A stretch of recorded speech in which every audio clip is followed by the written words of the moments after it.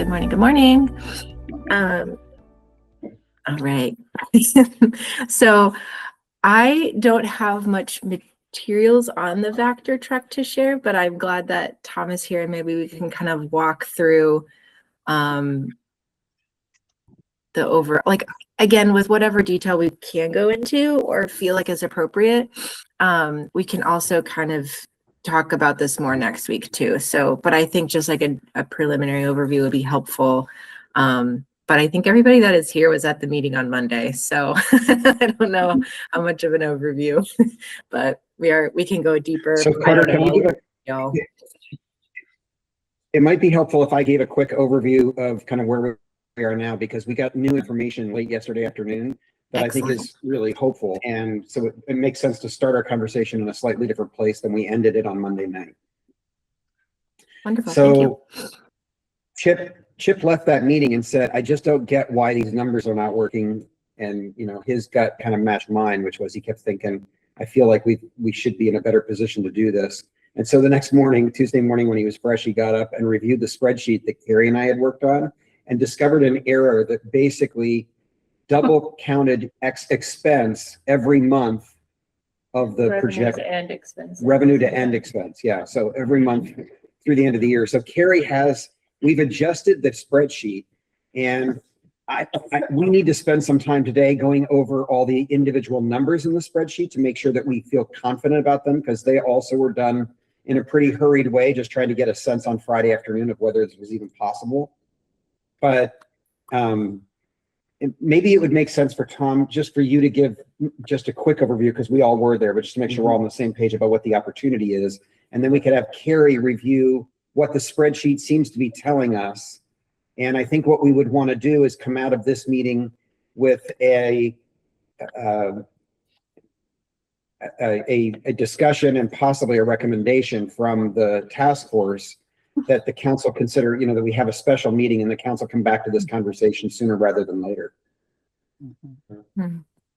So do you want to start us, Tom? Absolutely. So I don't know if I spelled it out properly Monday night, but I think we all know that we would have been ordering that truck this year from past funds that we kind of lost, and understandably why that happened. And when we met with the salespeople from Vector that came up a few weeks back to demo the truck, had I be ordering that truck and receiving it current pricing, that truck, same truck that we are hoping to buy, but a year newer, would be $650 to $675, depending on what you put on for options. They go up about 5% a year at least. So the current truck we're looking at is 628. Say we'll call it 630, because it's on a 2025 cabin chassis, but the truck is brand new. It's the one they actually brought to our garage to demo. So again, if we wait, say it's going to take me 3 years to budget for that same truck 3 years out, we're going up 5% every year. You're looking at close to $100,000 just with that. And then our 2012 truck, which they currently said if we market it ourselves, we could get upwards of 75,000. I kind of use 60 as a decent number to say, yeah, that truck could be worth that. If that something happens, like we know the back hopper on that truck we've repaired it a few times. If you replace that back hopper, you're talking $100,000. So if we blow off that truck because it has its own engine on the back, I've got just a cabin chassis basically that I might get $10,000–$15,000 for. So that's kind of a selling point. And when I started looking at the numbers and talking with Rick, it kind of set in that this could be a good possibility, and we really, overall, if we could do this, are going to save money in the end, a significant amount, and put us back in a position with my department, knowing we've got a brand new truck, not worrying that we're going to lose the current truck, which is a huge asset to us. I can't stress how much that truck is used. So I guess it's the number game. And as Chip had actually said that night, and I did reach out to Jim, we talked about getting a short-term loan, paying that, and I said it at 170,000 at the time. And I know nobody really wants to hear a loan thing.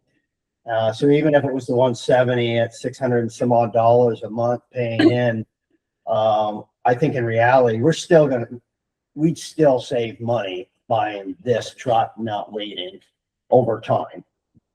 But again, this is kind of where we're at. And yeah, as Rick said, a wild ass thought and dream and hope. But and I appreciate everything Rick, Chip, and Carrie have put into this to look at the numbers to see if we can make it work. So the one other thing that we should say that we didn't get into the weeds on Monday night is that they're actually sitting on two trucks that are slightly different, priced about $10,000 apart. Yeah. And the one that we're quoting is the more expensive. So there's one for 617 and one for 628. Do I have that right, Tom? correct. And the primary difference, they're different they're different chassis, but the primary difference is actually that the higher cost one, all of the kind of outer accoutrement on the truck are chrome instead of stainless steel. I'm sorry, stainless instead of Yeah. steel. And Tom was saying that they just in the last couple of years put $20,000 into replacing all the steel on the current 2012 truck because it had rusted and was no longer repairable. Yeah. So we're thinking the $10,000, well, like we haven't even really been considering the 617 because we think the $10,000 is more than going to pay for itself in the long run if we go with the one that has the stainless on it. The stainless would rot like steel pipe would.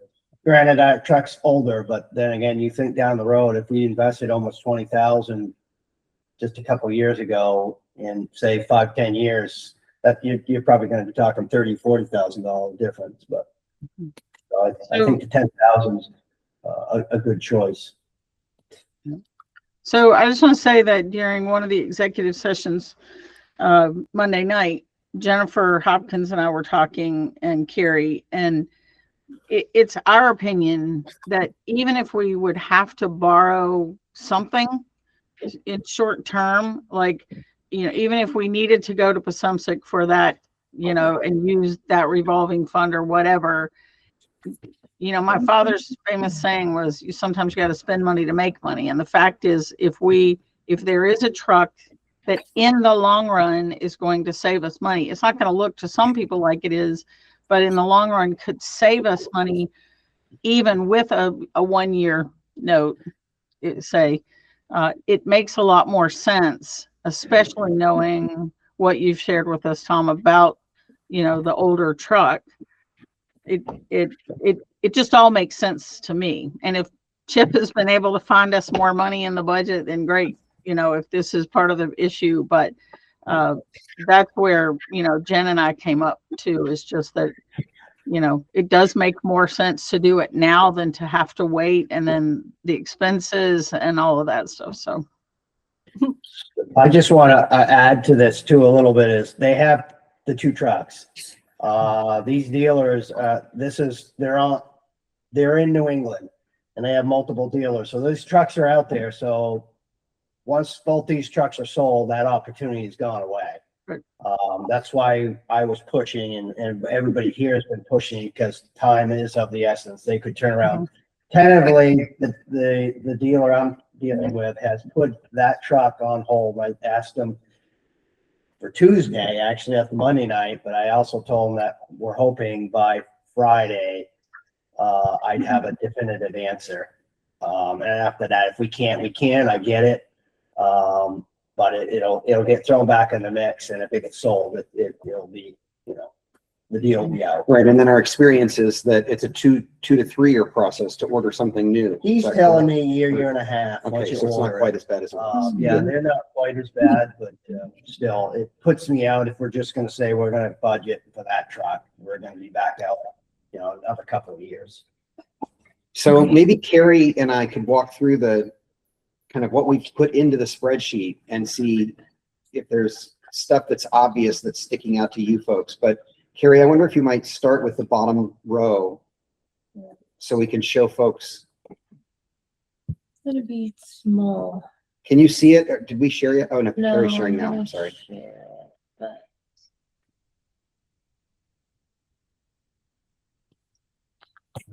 we're not gonna be able to see you guys.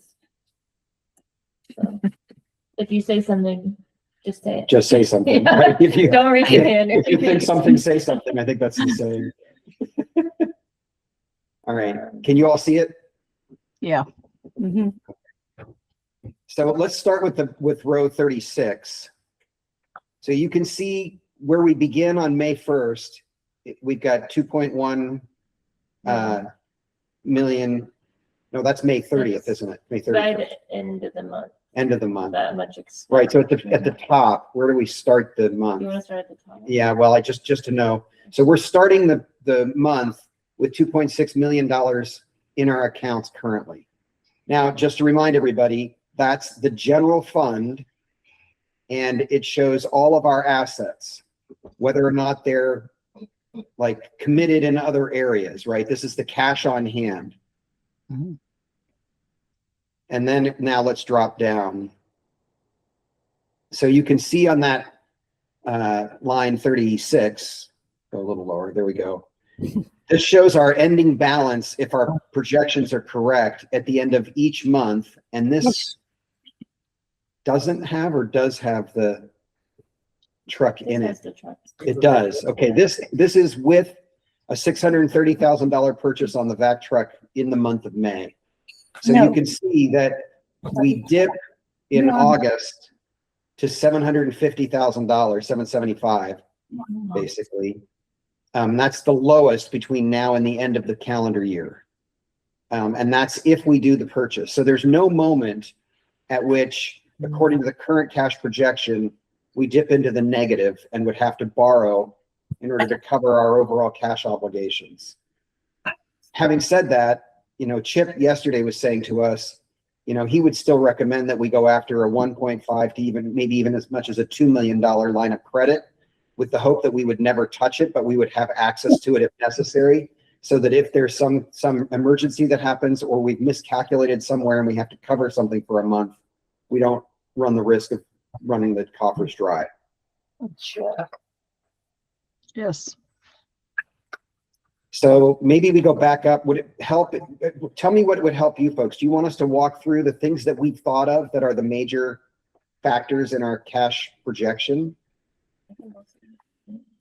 I probably should have asked this before we started looking at the spreadsheet, but this, and we kind of touched on it on Monday, but this is something that is used by water and sewer as well. Yes, But correct. this is just our general fund, but I also see other things. So can you walk me through how that would be, you know, distributed among the funds, or is this at all, or because if you divide it by thirds, then I'm like, okay, we can definitely absorb, you know, 110 or sorry, 210 in the general fund. But if the fact that it's a 360 hitting the general fund, I'm kind of confused on that. 630, right? 630, sorry. So yes, the answer is complicated because it's two different things that don't quite match up, Carter. So the first question is, how would the cost be allocated? And you're right. Our assumption is the cost would be allocated basically a third, and a third. And it will impact each of the funds differently. For instance, water fund is really healthy right now, and it can probably absorb on the balance sheet, it can absorb a $210,000 expenditure with no trouble. Sewer fund actually owes money currently, I think, if I remember correctly, to the general fund. So it may, you know, it may look like a deficit of what the sewer fund owes, though I'll say that we actually are thinking that the sewer fund is in pretty good shape with the changes that we've made to the rates. We expect that the sewer fund will be out of that current deficit position, like in another couple of weeks when we start taking in that utility income. And then, so on the, you know, what will happen basically is how this will, the way you'll see this most is how it will impact the balance sheets, right? Yeah. But the real question from my perspective is, overall, looking at the three funds together, how is our cash flow going to work? So that, are we in a position of not having to borrow Or would we have to borrow in order to cover the cash necessary to purchase this thing up front? Because if we're borrowing it, for me, it makes it a very different conversation. I'm pretty allergic to borrowing more money right now. And when Carrie and I did the first numbers and we were in a significant deficit position of like $1 million or more 3 times in the 7-month projection we were running, I said to Carrie on Friday afternoon, we're going too fast and there may be mistakes, but if this is our bottom line, I'm not seeing it.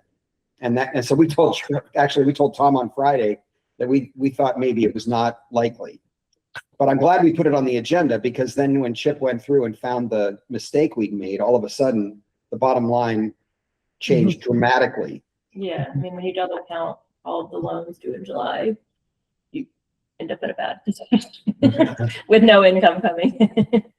So I have a question. Am I to understand that September ending number down there would be directly related to an income? Yeah. Okay. Tax. That's taxes. Yeah. Okay. Yeah. I can also zoom out. I just don't know if that makes it like really. Good. I think I've figured it out. Is that better or worse? Yeah, it's a little small, but it's okay. I zoomed in on my. So starting on the income side, let's just kind of review. The first thing you should know is that where it says 1.5 million in tax income right now, we have already subtracted. We have more than that projected that's going to come in the next month, but we've already subtracted the school expenditure that we have to transfer. So you don't see the school thing on the spreadsheet at all, but that's because we did it before we put the tax income on. Yeah, good idea. Okay. So that's the 1.5 million we're expecting, and it'd probably be somewhere close to that, or maybe even a little more. And then we know of a grant that's coming in probably in the next week for $160,000. That is work that Frank's been doing over a period of many months to try and reclaim money that was due to us through a grant from back in like 22, 23. Which is the CSO, but The CSO. sewer. Yeah. So the good news is that's money that just goes to our cash, right? Because we spent that money a long time ago and we're just recovering it now. So that's where the income side comes in on May. On June, you can see we're collecting a quarter of our utility payments for the year, 770,000. And then we've got, again, some grant income that Frank thinks we can count on, 123. In July, we've got a little bit of grant income left. What was that 256, Carrie? Do you remember? I think it's What's the causeway coming? Yeah, good question. Was it pilot? That's what I I was gonna was. say. This is the 650 is pilot. Do we get some kind of payment from the state or something? Oh, I think that's yes. You know what that is? That's the money that was double counted as revenue in our budget for so long. That's the state payment that comes back to us. So we're not counting it here as like revenue, but we're saying it adds to our cash position, right? That the money that gets diverted to the state and then comes back to us through homestead. Yeah. Thank you. That's right. And then the next one, a little bit of grant income in August. That's our lowest month. That's our really low month where we were going to have a hard time with cash. Then in September, we have our first quarterly tax income coming. And again, we've removed the school portion, right? So that 1.5, if you think about the budget that we approved for next year, it came in at about 6.3 million that we needed to raise in tax income. So we just counted 1.5 each quarter, basically. And that was all dedicated to the city. That's not anything that we're collecting on behalf of the school system. And then there's utility income that month as well, 770. In October, I don't know what that 43,000 is. And then the 650 that Carrie mentioned, which is pilot payments in lieu of taxes, which the last 3 years, the state has managed to make a payment that is at their full value of what they would normally assess. The crazy thing is that is a little bit out of it's entirely out of our hands, right? The state does a calculation on what they think they should be paying for pilot across the state, and then they determine whether or not they can afford to make the payments at the level they've assessed. And the last 3 years, they've managed to do it. And what I'm hearing from legislators is that nobody's talking about decreasing that this year at this point. So that's the income side. Anybody have any questions about those? I love that statement. The state decides what they are gonna assess and what they think they can pay, and then they've got to decide if they're actually can afford to pay it.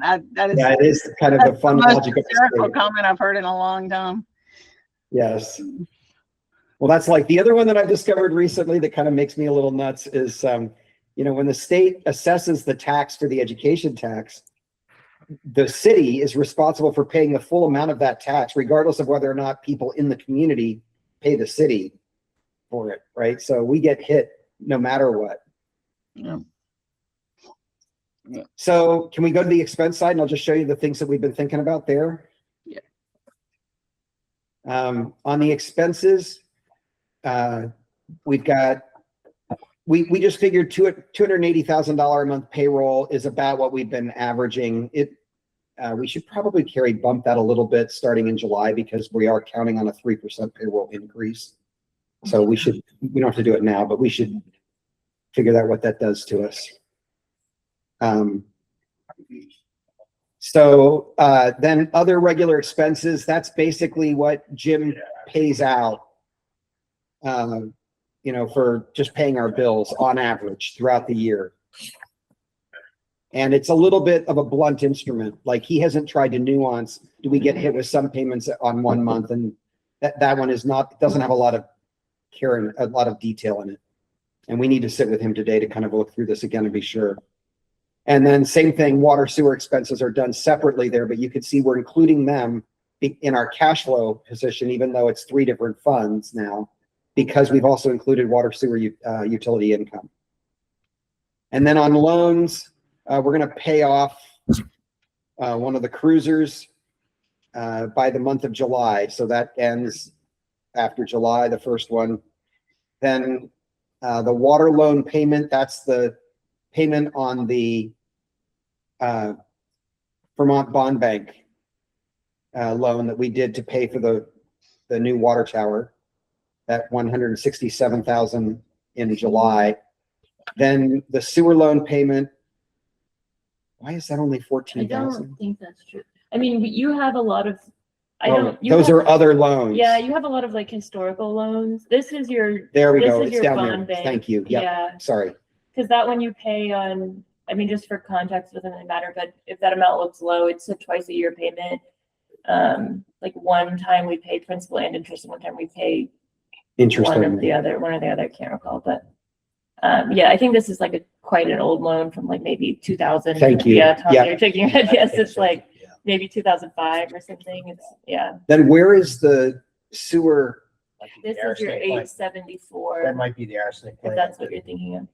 I mean, yeah, I mean, I could specify with loan numbers, but generally you have 2 or 3 water loans and 2 or 3 sewer loans. But there's oh no, I see. You've got 2 loans, 2 payments for the sewer loan, line 2020 for June and You pay that one September. quarterly. That's quarterly. So Yeah. we've already paid the one for April this last quarter. Yeah. I see. Okay. Let's see. Yeah. So so there are 2 different water loans. They're up there, the 167 and the 42.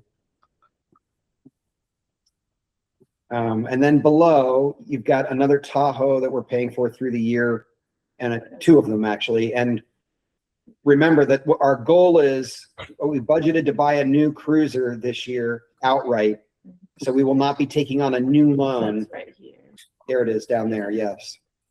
So we're not taking on a new loan to pay for that. And within 2 more years, we will be done the loans on these revolving cruiser costs. And then there's 1 payment in there for the fire truck, which is on like the 10th of December or something like that, 6th of Yeah. December. We've got to make an appropriations payment. We don't typically pay our appropriations until after we collect taxes in May. The full taxes come in.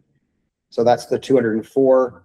The line of credit is currently $500,000 that we owe on the money we remember we took a $2.8 million line of credit last year. We only ever ended up using, I think, 1.8 or 1.9 of it. and we paid back 1.3 when we took that loan in November. So we only owe $500,000 on that line of credit. And Chip's recommendation is that as soon as we start seeing tax income and we're sure of it, then we pay off that 500,000 now and save ourselves 6 weeks of interest through the end of the year.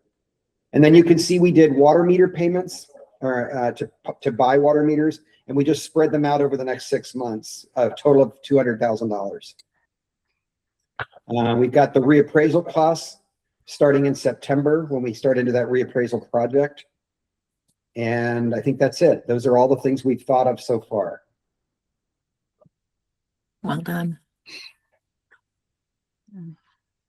And that kind of answers my question around if we're accounting for, you know, water and sewer utilities and the cost and the labor, all of that is into this spreadsheet and calculation. So I also see the bigger picture in addition to the balance sheet.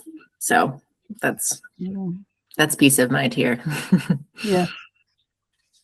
As if this isn't complicated enough, let me add one more layer, which is that Carrie and I spent an hour yesterday going over a spreadsheet where she's trying to do a really careful, well, not really careful, a best guess estimate. Yeah, as careful as possible estimate of where we will finish the year budget to actual for this year. And by tomorrow afternoon, I've been pressing Carrie and she's telling me she hopes she can give us a number that will basically be two numbers. One is where are we revenue budget to actual? Where do we think we're going to end the year? And where do we think we'll end the year budget to actual on total expense of the entire operation?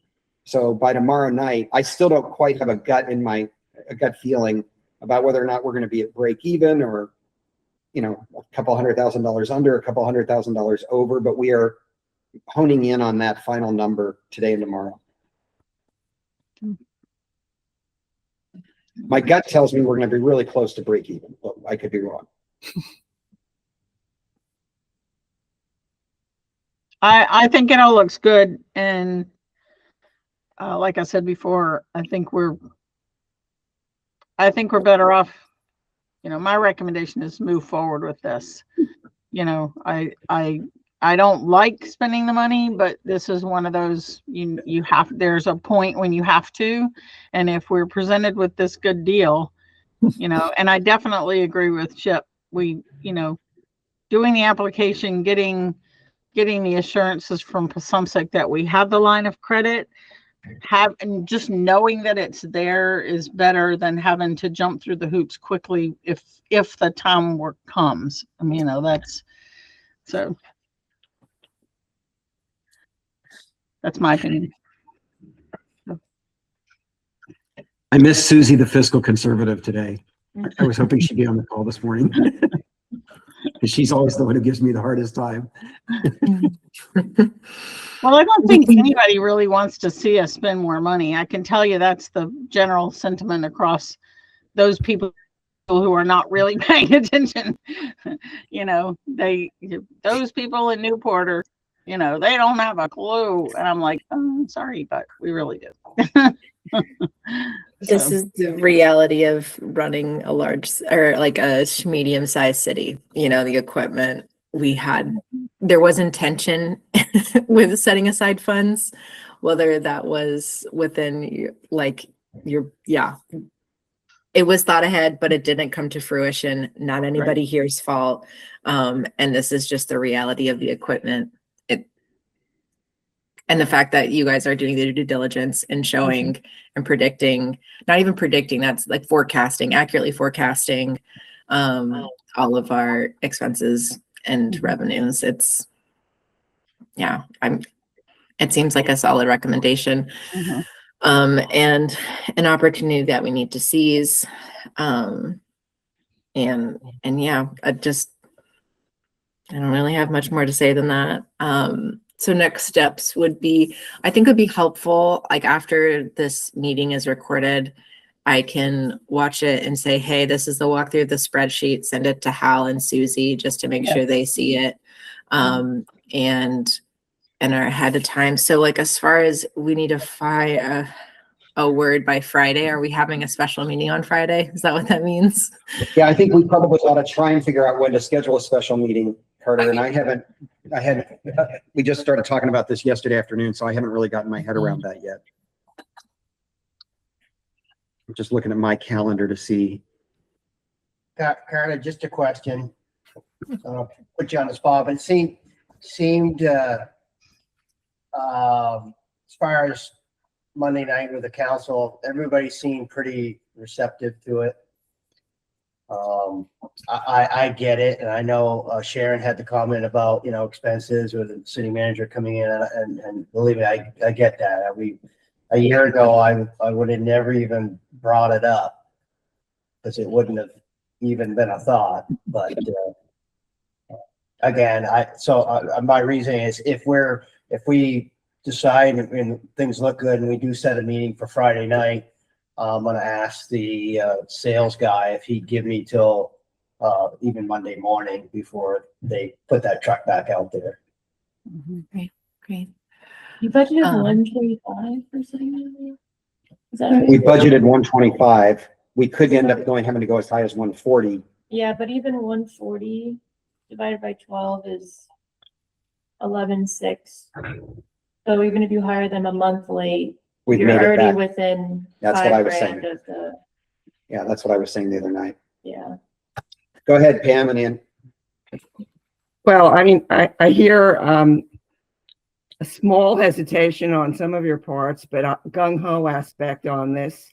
So at least I'd want to at least weigh in with some thoughts that say a little bit the other way. One is the whole idea of a budget was that you would stay within the budget and you would gather capital over the years to buy the things when you had garnered enough money from the citizens. And this is your first year of possibly being within budget for a while. You know that over the previous 10 years or so, money was just taken from the reserve funds, the capital reserves, and spent willy-nilly on things in an inappropriate way, I would submit. And you don't have, we have no emergency fund that we've set up that has, you know, extra money in it in case an emergency comes up. If this year you came out even or a little bit ahead of the game, then you could put extra money in reserves, an emergency reserve, or even any of the reserves, the capital reserves that many of the departments need money for. It sounds like you weren't expecting to buy a vac truck this year, and that any time when you would try to buy the truck, you would wait 2 or 3 years possibly for it to be ready. So that had to be incorporated in how long the truck that you have has to exist. With respect to the truck that you have, you could be a little more chary of how you use it, because I understand that liquids and sewage and stuff like that do less harm to the truck than if you start sucking up dirt, rocks, and other stuff. So for all those reasons, I would say that you should honor the budget, see for the first time how you come out with the budget. When the truck costs more in the future because of inflation, well, inflation happens everywhere, and so the buck that you spend today is worth more than that buck will be 2 years from now. So of course the value of the truck will go up, but the value of the dollar is going down. So presumably you'll be a little bit behind, but at least you would have budgeted for the amount you will spend. And anybody, any department head can come in and say, hey, look, I could get a cheap car this year. You can't do that with respect to the budget. It means something. And the citizens will pay eventually for an increase in the cost, but it will be budgeted and it will be over a budget and an amount that they should be able to afford when you charge them the taxes. Anyway. So, Ann, if I could jump in, I think I agree with your fundamental point Mhm. that fiscal responsibility involves making sure that we are not jumping to do things that we haven't thought carefully about in advance. So I think that's your fundamental point. I disagree, actually, that what we're talking about here is budgeting, about being outside the budget. We're not talking about being outside the budget. We're talking about how we're allocating current and future capital expense projections that we have budgeted for. So what will happen, what you will see is not a change in our budget. You'll see a change in our use of cash. And if we had, $5 million in assets sitting in the bank right now, this wouldn't even be much of a decision, right? We would just say, this is the smart thing to do, and we do it. We don't have that. I'm the first to admit. But what you will also see on the balance sheet is that Tom's projection for saving for a vac truck will be basically in the negative for the next 2 years as that portion of that capital expense sheet gets paid back.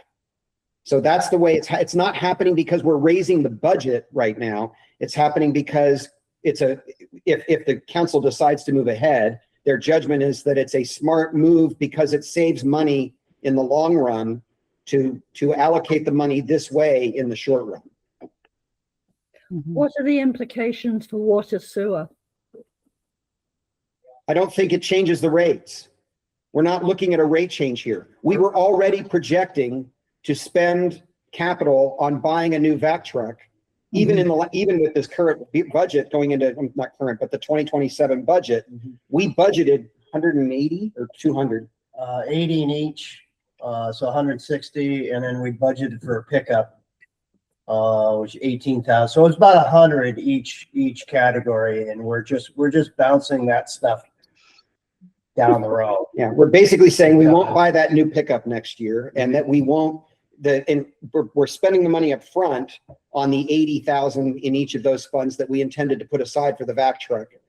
So it's really a question of how we're allocating the use of a capital fund, right? And we're saying we're going to prioritize this thing over that thing in the short term so that we can make a smart financial decision. And 2 years from now, we'll see where we stand, on the next thing that we put off and how we get back into even keel again.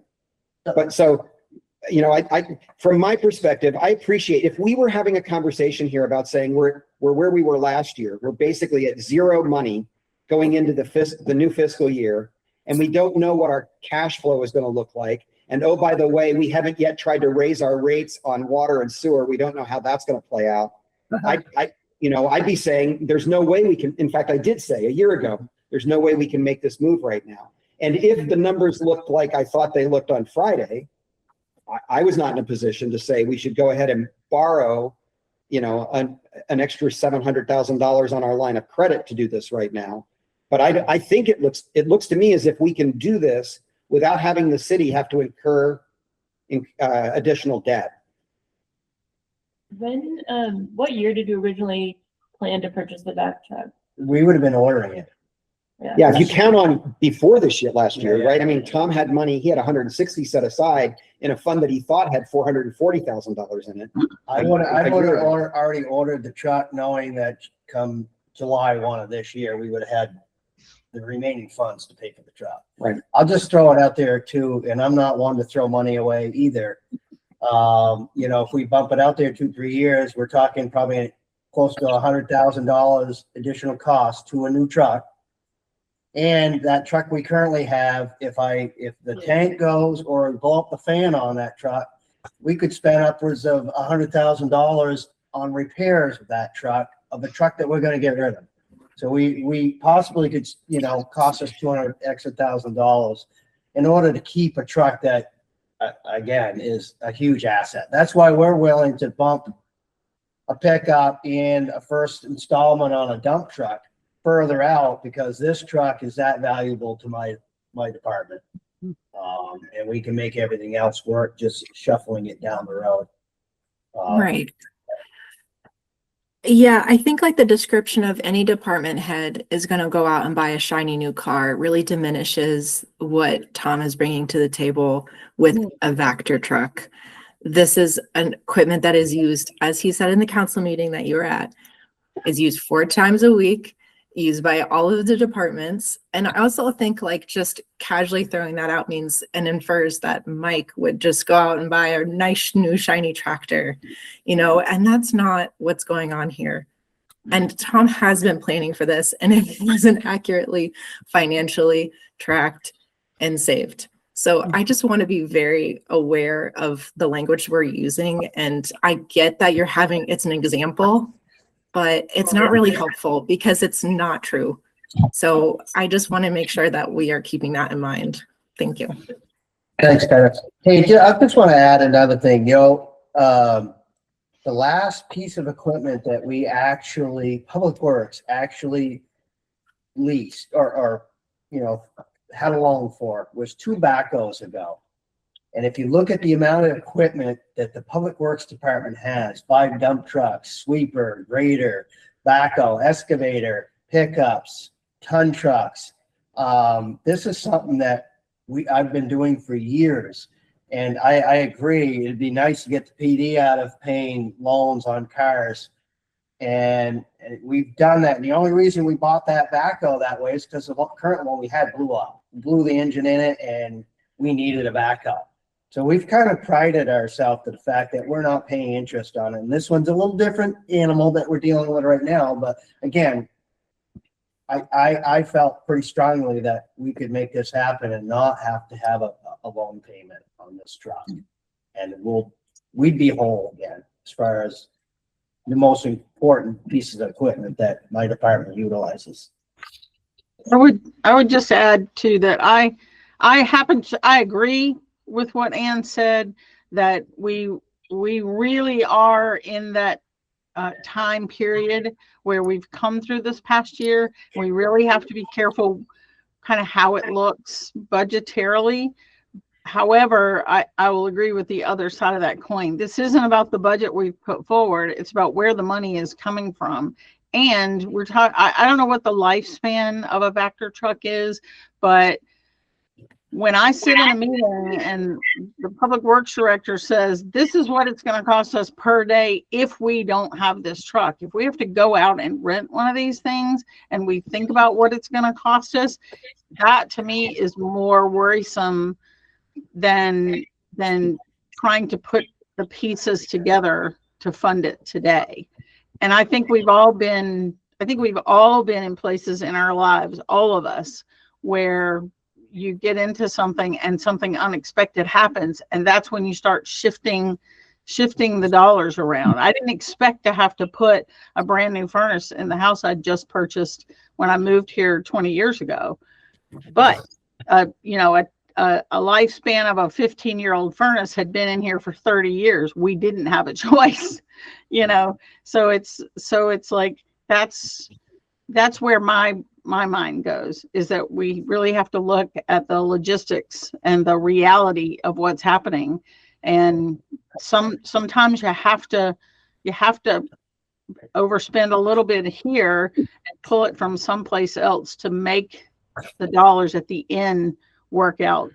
So that's where I am. So Carter, can I change the conversation a little bit? I want to talk about timing and how we do this appropriately.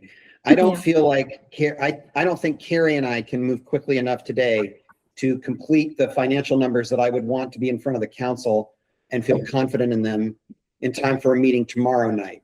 Now we should be, if we were going to do a meeting tomorrow night, we have to warn that 24 hours in advance, which means it's got to go out by this afternoon. That feels too fast to me. I'd like to at least today and tomorrow to get ready. Even Friday night, I could do a meeting Friday late afternoon, but I wonder, this is an off week for council. I wonder if the smart thing actually would be to aim for Monday night. Then Carrie and I could have from now through Friday afternoon to work on the cash flow projections with Chip and make sure we're solid on them, and with Jim. And we could put out a packet over the weekend that people could really look at that would include as much information as possible. Mm-hmm. Would that work for you, Carter? Does Monday night work for you? Let me check my work calendar. I know I couldn't do Friday night in person, and so I'm glad it's I'm good tomorrow. I'm sorry. I'm good for next Monday, the 11th. All right. So why don't I write I'll send a text to John and to Andrew separately and just ask if that works, and Sharon, and ask if it works for the three of them. And if so, we'll plan for a meeting Monday night. We'll go with the recommendation from the two. The other thing it gives us time to do actually between now and Friday is, Carter, if you could send that clip and the conversation to Hal and Susie and kind of give them a chance to weigh in between now and Friday. I would feel better about that anyway. So then Friday we could put together a packet, warn a special meeting. Tom, you could tell the folks with the truck that we've got, you know, we are gaining momentum, and it looks like there's a recommendation going to council to do this, I think. and we'd know by Monday night. Yeah.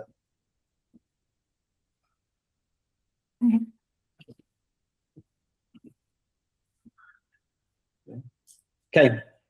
Right. Lori, just to answer your question, that current truck's a 2012. Right. What's the lifespan of those? Do you know? You know, there's a lot of factors in there. How It- much you use it. It you know, the appears to be hours on 14 it. years. I Yeah. mean, luckily we have a full-time mechanic who, you know, keeps our equipment operating in very good shape. But again, you know, that back hopper, which is a 2.5 to 3 yard hopper, to replace that would be about $100,000. We've already looked into it thinking, well, if we're not gonna be able to make this happen, you can't keep putting patches on top of steel that's getting pretty thin. So again, you know, we got other equipment. I got a grader that's much older, but we don't use the grader quite as much, or a snowblower on the loader that in the wintertime. We need that piece of equipment, but it doesn't get used like this piece of equipment does. Sure. Okay. Thank you for your time. Thanks, Tom. Thanks, Tom.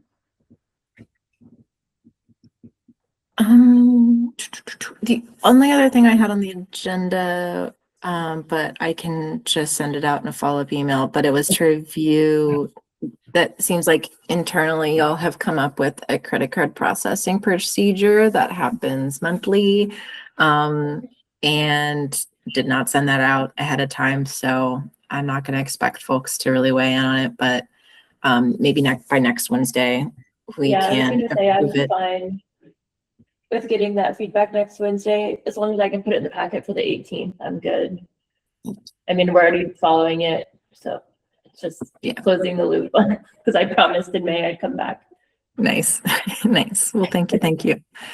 And then I also was thinking about shifting these meetings to be the second and the fourth week, since we typically meet the first and the third week.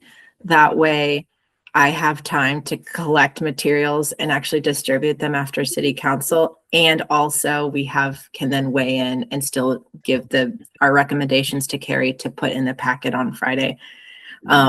Because I'm finding that it's just not giving me too much of a runway, and just really productively, and I don't want to waste people's time. So I was thinking about that, but also maybe picking a different time or day to meet. So that way, because Susie has not been able to make this meeting for a while.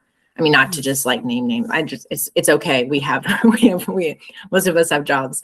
So if there's a different time or day that works, so that way we can still have a little bit of breathing room after city council. And then, but enough time to give it to Carrie on Friday. So those are things I'm thinking about. So I will send out doodle poll for that. The credit card processing procedure for y'all to review. And then also this video / Carrie, are you able to, okay, so it sounds like you're still tweaking and wanting to perfect the spreadsheet, and that it will be in the packet for the special meeting. So I don't think, so I won't set the expectation of sharing out even like a draft of that, but just like a walkthrough of the video is probably sufficient, or? I mean, if they want, I'm okay with like Hal and Susie having access to the spreadsheet as long as they don't change anything. Yeah. So like I can give you access, and then if you want to invite them, I'm probably like I think the tweaking that we're going to be doing is like I should put in the full name of the loans, because like that was obviously confusing, and like it was very like me and Chip on the phone, like, okay, Right. you check this like very last minute. And then, I mean, they might see some like tweaks come through, but like, I don't think that either of them would ever touch anything in there. So I'm fine with them like poking around in there. Sounds good. Sounds good. I'll invite you to it. All right, thank you. And when I share it, I can make it like they are commenter only or whatever. So That's even if it's an true. accident. Because That's true. I mean, I hate when I do things in Excel and you can't undo it. It's like the Control-Z only goes so far, and then you're just anyway. So I can, I'll set those I can settings. always restore. Oh, really? I need to learn that, I yeah. guess. I can show you. Alrighty. All right. So keep your eyes out for an email. Thank you all for your thoughts and attention around this, because this is an urgent but required matter of city government. So thank you. I hope everybody stays dry and warm. Go ahead. Are we getting any responses to the June 1st meeting? The RSVP, no. I was actually thinking about that last night or this morning. I think I'll print out some of the just like a regular size sheet, and then also print out some like larger size. It'll be black and white for both, but I think that's okay. And then I think it's raining, but I think I'll go around town and see where I can, put one up at the laundromat and at the post office and the library, the Green Mountain Foods, Newport Village Market.